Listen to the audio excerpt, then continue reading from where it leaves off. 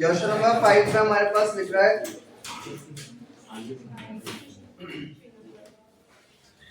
Ashok Industries owned 6 machines which were in use in its business on 31st March 2022. Ashok industry के पास 6 मशीनें 31st March 2022 को. Depreciation on these assets was available as planned.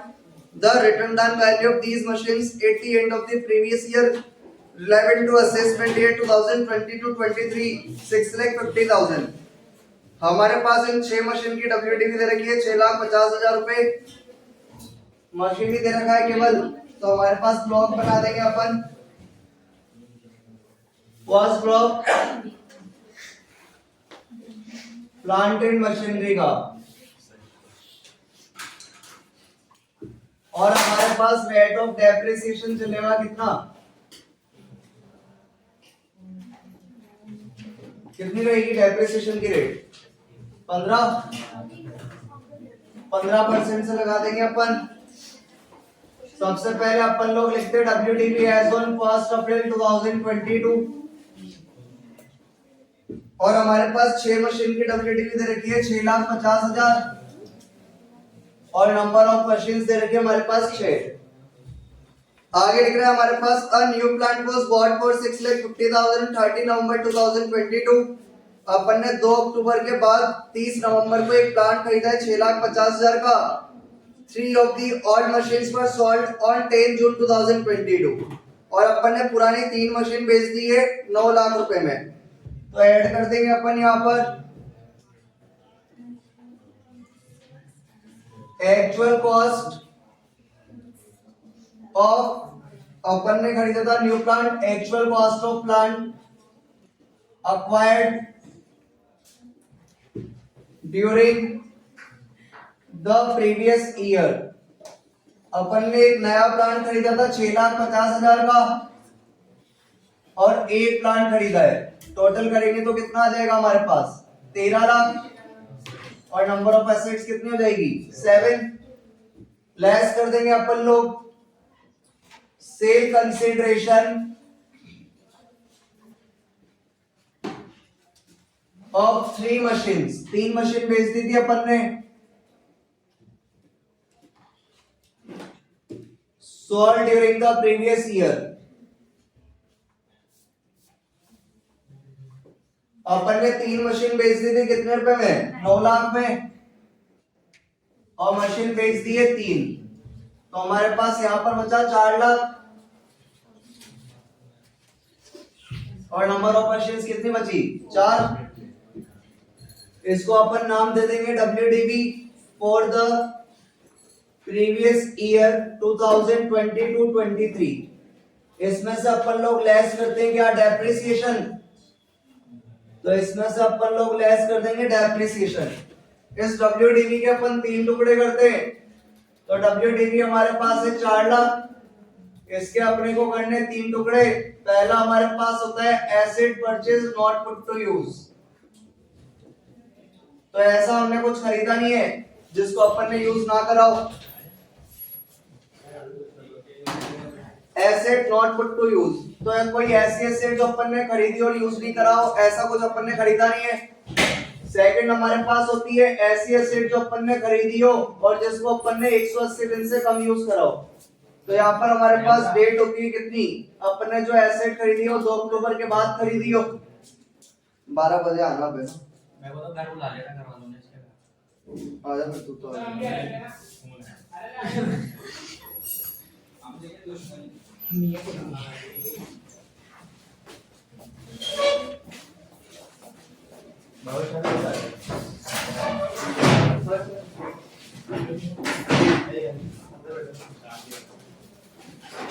तो ऐसी asset अपन ने खरीदी नहीं है.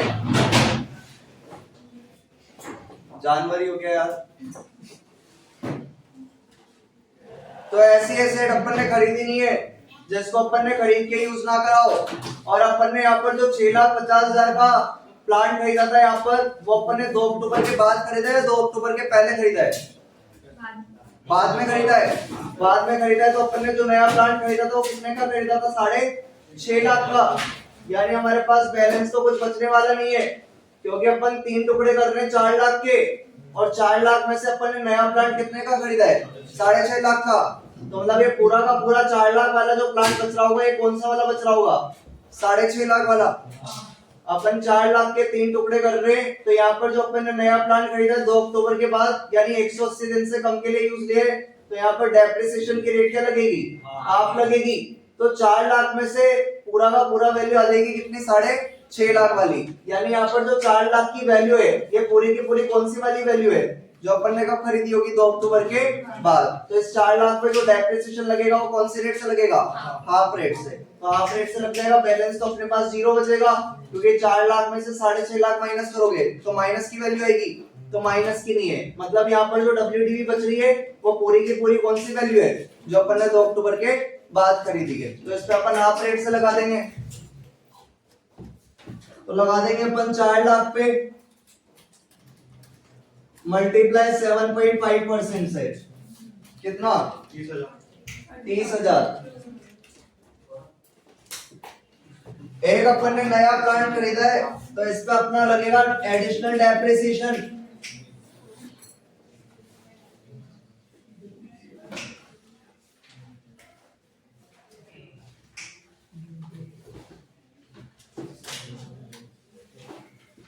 चुटकी की आवाज आ रही है क्या? तो 4 लाख पे अपन ने लगा दिया 7.5% से 30,000। एक अपन लगाएंगे एडिशनल डेप्रिसिएशन, और एडिशनल डेप्रिसिएशन अपन लगाते हैं जो नया प्लांट खरीदते हैं। नया प्लांट कितने का खरीदा है? 6.5 लाख का। तो 6.5 लाख पे लगा देंगे अपन एडिशनल डेप्रिसिएशन लगाते हैं कितने परसेंट से? 20% से। और यहाँ पर अपन ने जो प्लांट खरीदा है वो कब खरीदा है? 2 अक्टूबर के बाद। तो इस पे किस परसेंट से लगेगा? हाफ रेट से। कौन है जापानी तेल की पैदाइश?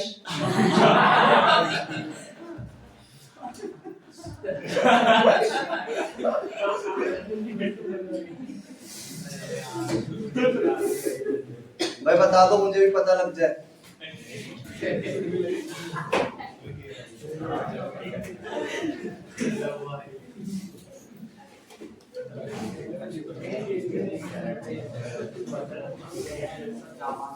मेरे में सच कह रहा हूं, अगर हरकत करोगे ना बहुत गंदा होएगा, याद रखना।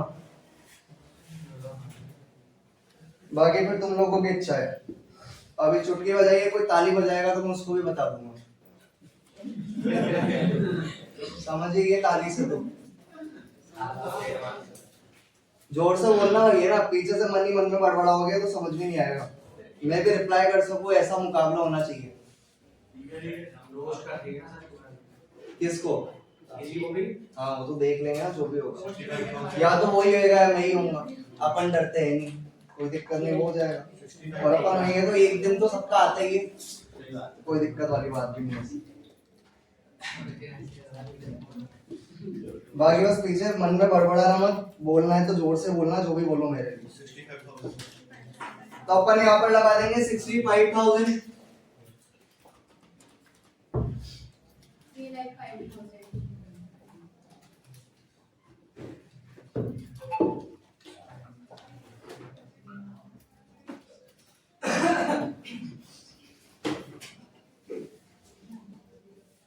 तो हमारे पास आ गया यहाँ पर WDV एज ऑन 1 अप्रैल 2023, जो कि अपन से फर्स्ट पॉइंट पूछा था इसने, compute the claim to depreciation for assessment year 2023 and 24। तो हमारे यहाँ पर WDV आ गया यहाँ पर कितना? 3,05,000। इसने डेप्रिसिएशन पूछा है, तो डेप्रिसिएशन कितना आ गया? 30 और 65 कितना? 95,000। और हमारे पास आंसर भी कितना दे रखा? 95,000। लिख देंगे अपन इसको यहाँ पर साइड में।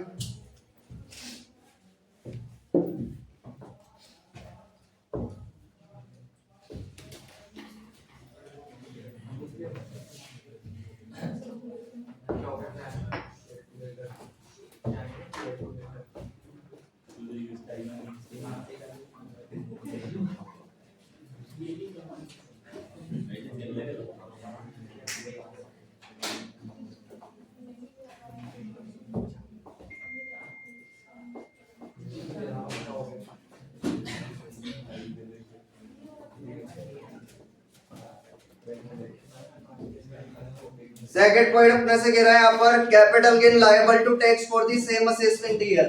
अपन ने जब यहाँ पर डेप्रिसिएशन निकाला तो अपने पास यहाँ पर माइनस में वैल्यू आई क्या? एक अपन ने पढ़ा था ना, माइनस में वैल्यू है नंबर ऑफ एसेट प्लस है, या प्लस में वैल्यू है और नंबर ऑफ एसेट जीरो है, तो क्या होता है शॉर्ट टर्म कैपिटल गेन या शॉर्ट टर्म कैपिटल लॉस। लेकिन ऐसा कुछ आया नहीं है तो यहाँ पर अपने पास कोई कैपिटल गेन या कैपिटल लॉस हुआ नहीं है। तो ये कह रहा है कैपिटल गेन बताओ इस असेसमेंट ईयर के लिए कि कितना कैपिटल गेन हो रहा है। कैपिटल गेन तो अपने को तब होता जब वैल्यू किसमें आती? माइनस में, और एसेट क्या होती? जीरो। एसेट क्या होती? Zero.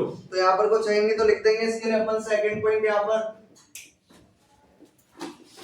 No capital gain liable to tax for the same assessment year।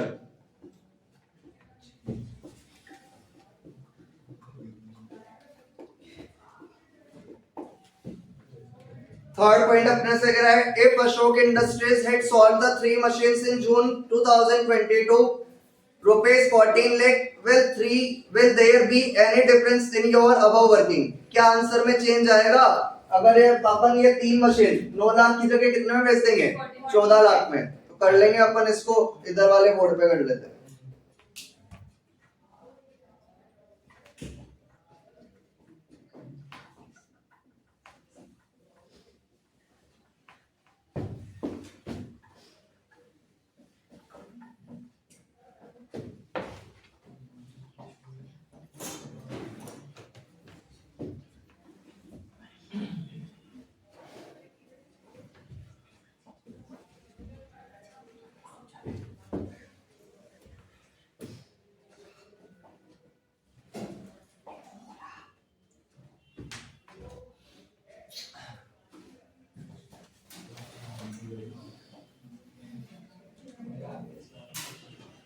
तो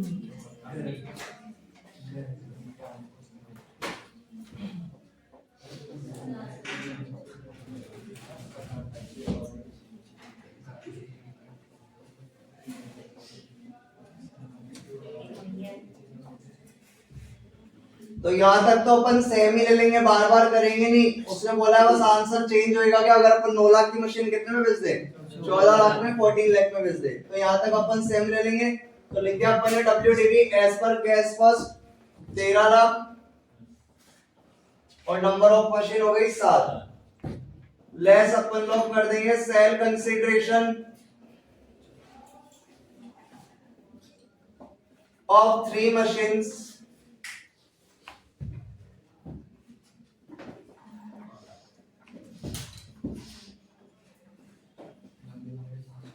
sold during the previous year।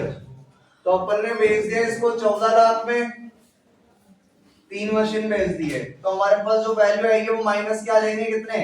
1 lakh. Number of assets आ रही है हमारे पास कितनी? 4। तो अपन यहाँ पर डेप्रिसिएशन, ऐसे केस के अंदर अपन डेप्रिसिएशन क्या कर देते हैं? 0। तो हमारे पास डेप्रिसिएशन हो जाएगा 0। तो हमारे पास जो WDV आएगी वो भी क्या आएगी? 0।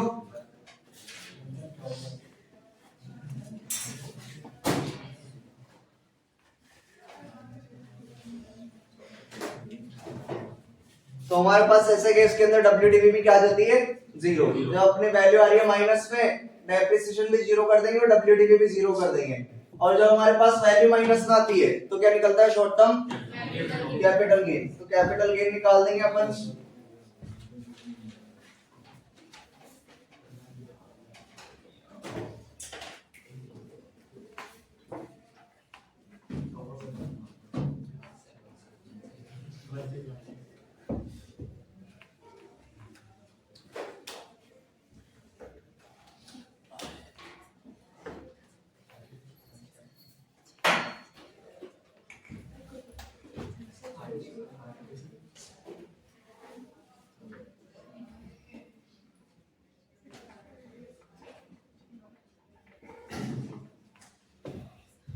सबसे पहले अपन लोग लिखते हैं यहाँ पे ग्रॉस सेल कंसीडरेशन।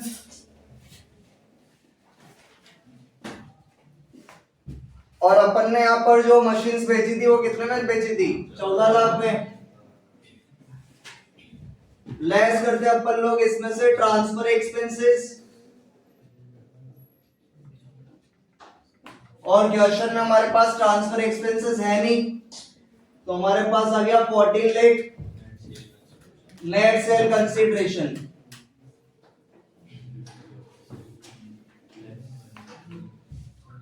इसमें से अपन लोग लेस करते हैं WDV ऑफ एसिड, और हमारे पास यहाँ पर WDV कितनी थी 13 लाख, तो हमारे पास शॉर्ट टर्म कैपिटल गेन कितना आ गया, आंसर दे रखा है क्या इसका, करेक्ट सर।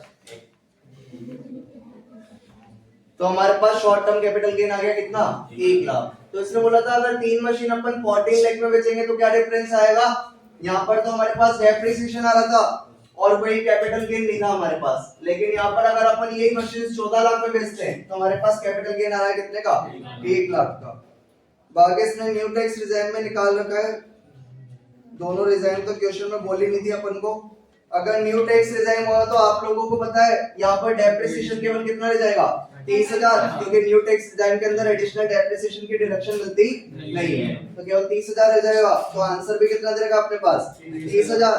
बाकी नो कैपिटल गेन वाला आंसर तो हमारा सेम ही है, और थर्ड वाले आंसर का शॉर्ट टर्म कैपिटल गेन आ रहा है कितना 1 लाख। तो अंडर न्यू टैक्स रिजाइन वाला भी लिख देते हैं इसको ऐसा कैसा, एक बार देख लो इसमें कोई प्रॉब्लम वगैरह है तो।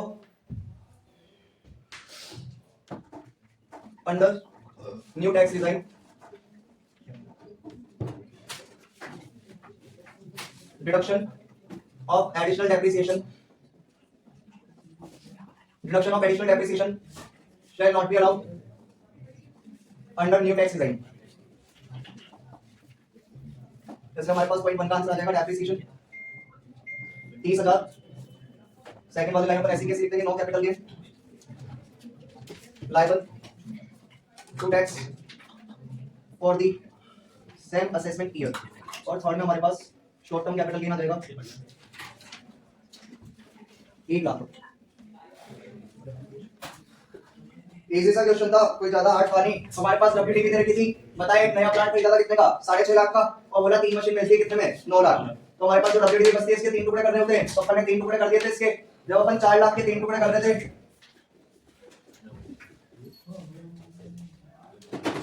जब अपन 4 लाख के 3 टुकड़े कर रहे थे तो asset not put to use हमारे पास था नहीं, और जो हमने 180 दिन से कम में यानी 2 अक्टूबर के बाद जो एसेट खरीदी थी वो कितने की खरीदी थी 6.5 लाख की।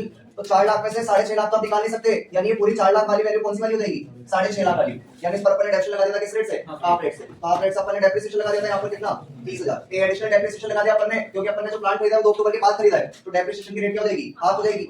बाकी हमारे पास यहाँ पर डेप्रिसिएशन निकला है, तो हमारे पास कैपिटल गेन निकला नहीं है। उसने बोला अगर ये 3 मशीन, तो अपन यहाँ तक का ले लेंगे WDV 13 लाख है, अगर ये 3 मशीन 9 लाख की जगह 14 लाख में बेचेंगे तो हमारे पास वैल्यू किस मारी थी माइनस में, और माइनस में वैल्यू आती है तो हमारे पास क्या होता है शॉर्ट टर्म कैपिटल गेन। देखिए अपन ने सेल वैल्यू ट्रांसफर एक्सपेंसेस देनी, तो नेट सेल कंसीडरेशन आ गया, WDV माइनस कर दिया अपन ने कितना 13 लाख, तो शॉर्ट टर्म कैपिटल गेन आ गया कितना 1 लाख। देखो question number 6,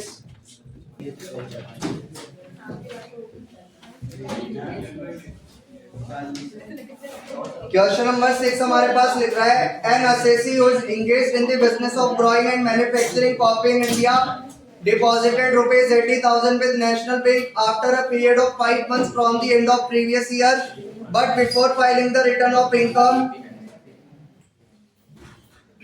ascertain the amount of deduction for tea, coffee and rubber development account under section 33AB to this assessee in the following different circumstances for the assessment year 2023-24 under both tax regime। और अपने को पता है new tax regime के अंदर तो 33AB की deduction allow करते ही नहीं है, उसके अंदर तो आंसर क्या आएगा 0। तो देखो आंसर में हमारे पास न्यू टैक्स रिजाइन के आंसर तीनों के तीनों क्या दे रखे आंसर में दे रखे ना तीनों, तो ऑल्ड में निकाल देते, फिर न्यू के लिए तो अपन एक लाइन लिख देंगे तो तीनों के तीनों आंसर 0 हो जाएंगे। तो पहला पॉइंट हमारे पास बता रखा है जब बिजनेस के प्रॉफिट 2,50,000 है, जब बिजनेस के प्रॉफिट 1 लाख है, और जब हमें लॉस हो रहा है 50,000 रुपए का, तो अपना आंसर क्या रहेगा कर देते हैं अपन इसको। आप लोगों को जो ऊपर नोट लिखा रखा है वो बोल देना एक बार।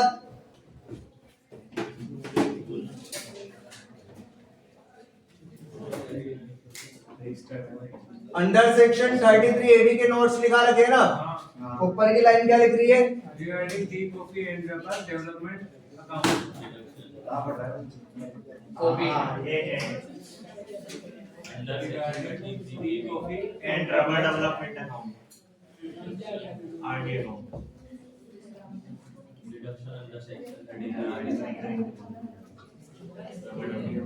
इसके नीचे क्या लिख रहा है? Deduction under section 33 AB shall be allowed shall be allowed equal to equal to the list of the following equal to the list of the following to account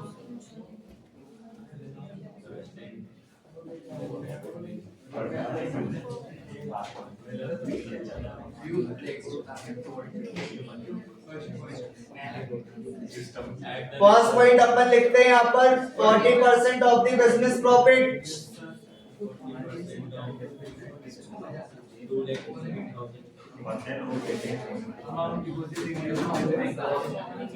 amount deposit in development bank और B point हमारे पास होता है amount deposited in development bank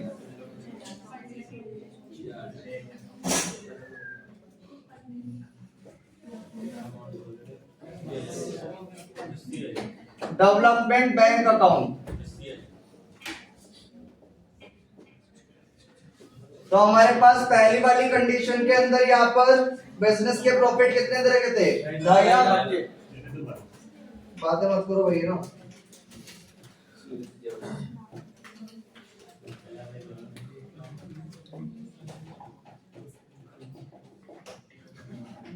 तो profit हमारे पास दर के 2,50,000, तो 40% निकाल देंगे अपन 2,50,000 का, 1,00,000। और अमाउंट डिपॉजिटेड कितना कराया अपन ने? 80,000। दोनों में से ले लेंगे अपन लोअर, तो हमारे पास आंसर आ जाएगा ए और B, whichever is lower.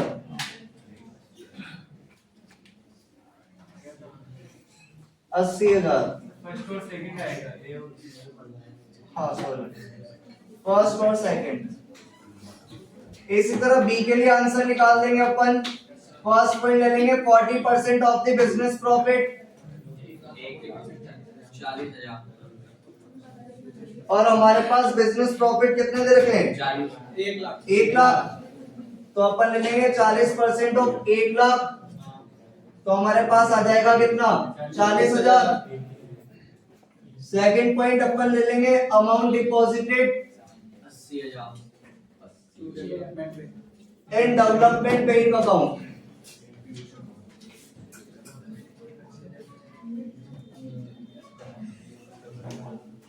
अस्सी हजार।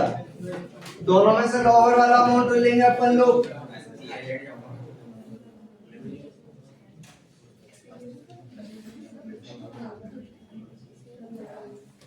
लोअर कितना आ जाएगा हमारे पास? 40,000। और आंसर भी कितना आ रहा है हमारा? 40,000।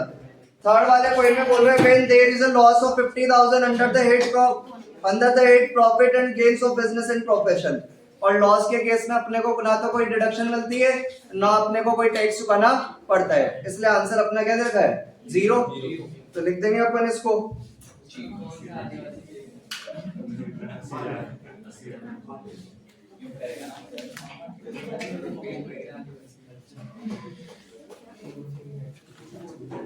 When there is a loss of 50,000,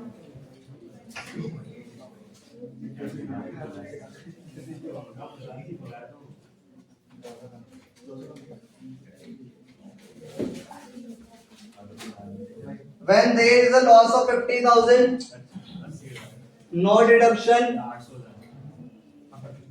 shall be allowed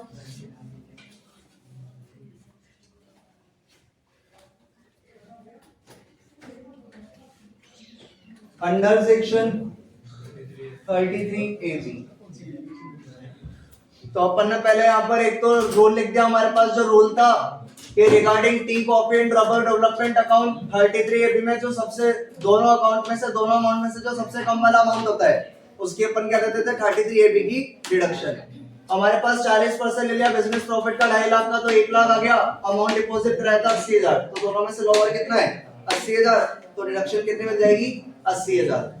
second वाला पॉइंट लिख दिया अपन ने, बिजनेस प्रॉफिट थे 1 लाख, इसका 40% ले लिया 40,000, अमाउंट डिपॉजिट कराया था कितना 80,000, तो दोनों में से लोअर कितना आ गया 40,000, और लॉस के केस में कोई डिडक्शन मिलती नहीं है। न्यू टैक्स रिजाइन की गिर है, तो न्यू टैक्स रिजाइन का लिख देंगे अपन, under new tax regime no deduction shall be allowed. Under new tax regime, no deduction shall be allowed for under section 3380. Hence, deduction will be nil. चुप रहो यार, क्यों बोल रहे तुम लोग?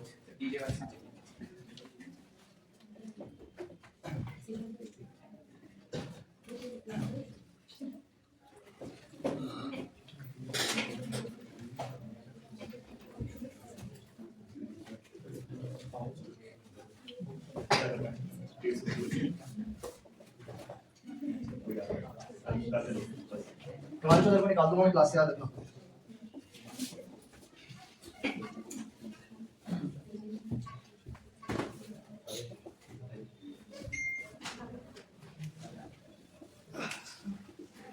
तो अपने यहाँ पर लिख दिया under new tax regime no deduction shall be allowed for under section 33AB, hence deduction will be nil in the following different circumstances. New tax regime के अंदर तीनों केसेस के अंदर हमारी जो डिडक्शन आई हो जाएगी देखो, इसके अंदर ये चैप्टर खत्म हो गया अपना। 10 मिनट बाद अगर बिजनेस एंड प्रोफेशन स्टार्ट करेंगे।